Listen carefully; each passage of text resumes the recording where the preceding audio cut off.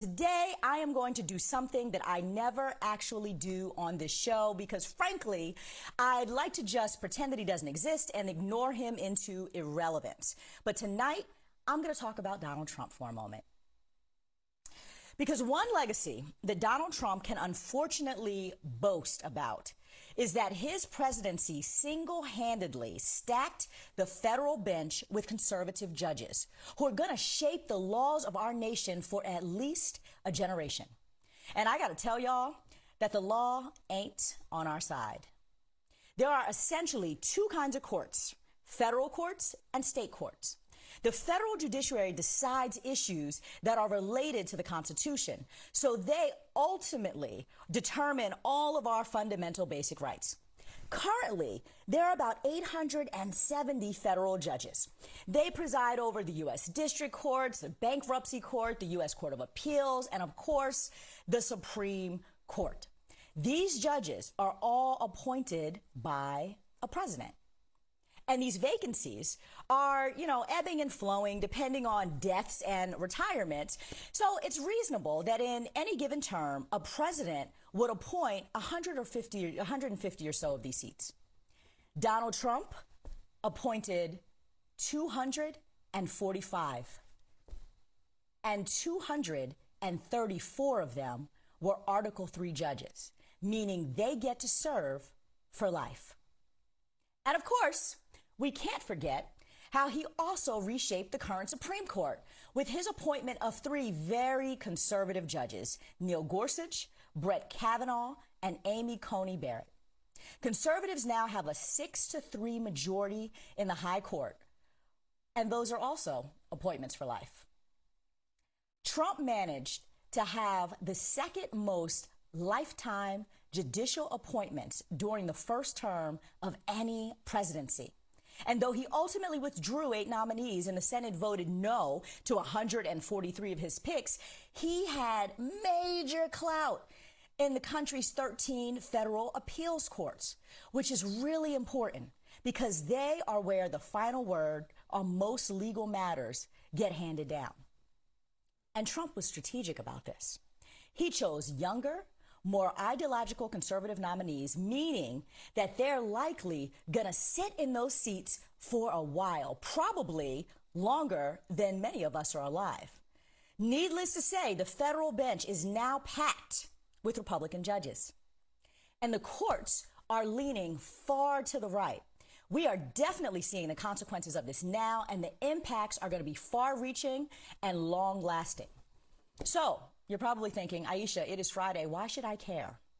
Like I said, the federal courts determine pretty much every single issue around social justice and equity and access. Issues that are particularly meaningful and impact people of color, women, immigrants, and LGBTQ people. And all those that white conservatives often want to control and want to marginalize. Everything that resembles freedom for us in this country is at stake. Voting rights, hate speech, women's rights, corporate power, money in politics, discrimination in healthcare, immigration rights, gun rights. Conservatives are going to rule on all of them again sooner rather than later. And the law just won't be on our side. So why is this coming up for me right now? And why am I talking about this right now of all times? It's because I am watching all of these trials play out in front of us. This week, we're watching these trials play out in front of us. And I'm reminded how much court matters. There was accountability for the murder of George Floyd. But will there be accountability for Ahmaud Arbery? The judge in this rural Georgia case is already showing up tone deaf and desensitized. His ideological conservatism is clear, and his position on that bench is by design. And I want to just pause for a minute to talk about the design of these positions. I was just sharing with you that the federal bench is appointed by the president. So many of these state court positions, these judgeships, are appointed by governors. Governors matter. These are appointments, maybe not lifetime, all of them, but they're still appointed by a politician. Other judiciary seats are elected positions where people are running for office on a partisan ticket more often than not to hold these seats where they are literally able to make decisions about the outcome of our lives. So you have here a situation where Ahmaud Arbery, a black man, was minding his own business, jogging, and he was hunted down, chased down by some vigilante white guys who gunned him down. Now, for everybody who saw this happen on video, it's kind of a no-brainer. Oh my God, they should have the book thrown at them. But whether or not that happens and justice is served is in the hands of 11 white jurors and only one, yes, one black juror. How is that even right in a community that's at least 25% black? That there's only one black juror? Certainly not reflective and representative of Arbery's peers. Nonetheless, Judge Timothy Walmsley is presiding over this case, and he tried to explain all of this. Here's what he said. This court has found that there appears to be intentional discrimination in the panel. I have very adept counsel here, and they've been able to explain to the court why, separate from race, those individuals were in fact struck from the panel. It does not change the fact that that initial finding was out there.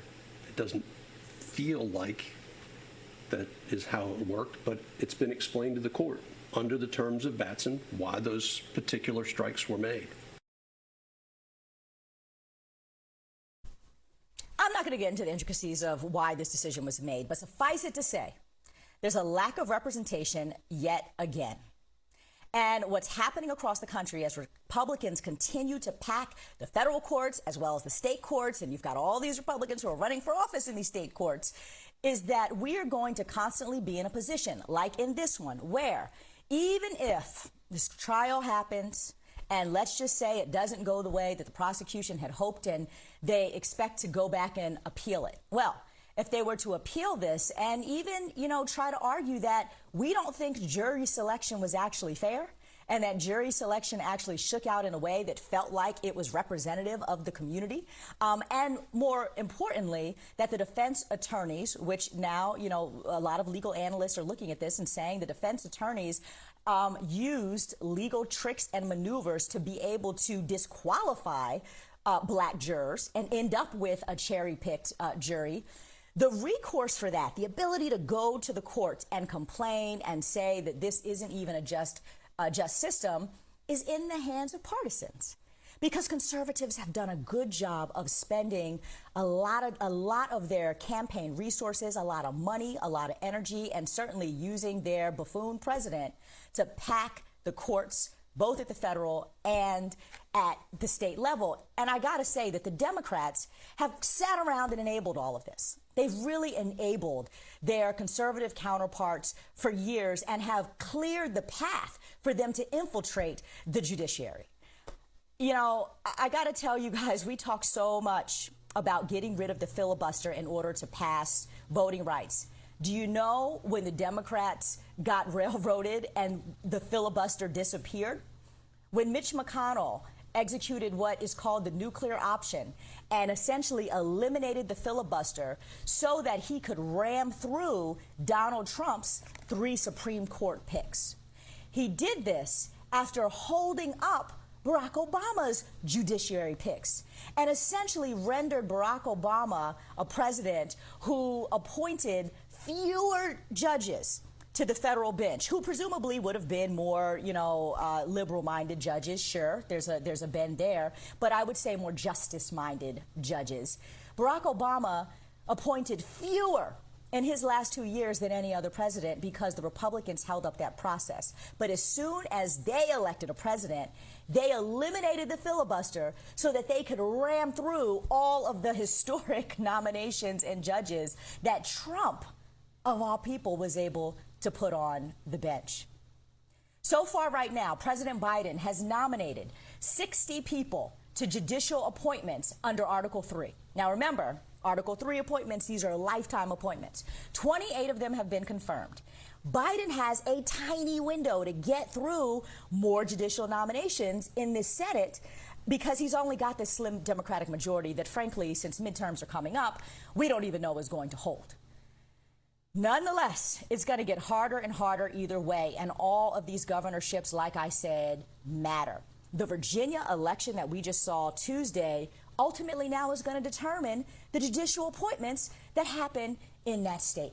Terry McAuliffe, in my opinion, would have surely been better for all of us than the guy who actually won.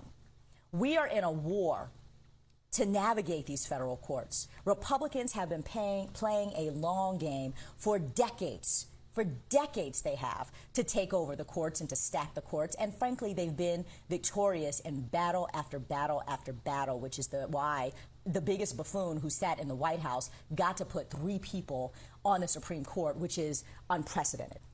Democrats better figure out how to put forth some renewed effort in this fight, or just be prepared to lose more than governorships and more than midterms. Ultimately, we are going to lose out on our right to breathe and to just walk down these streets.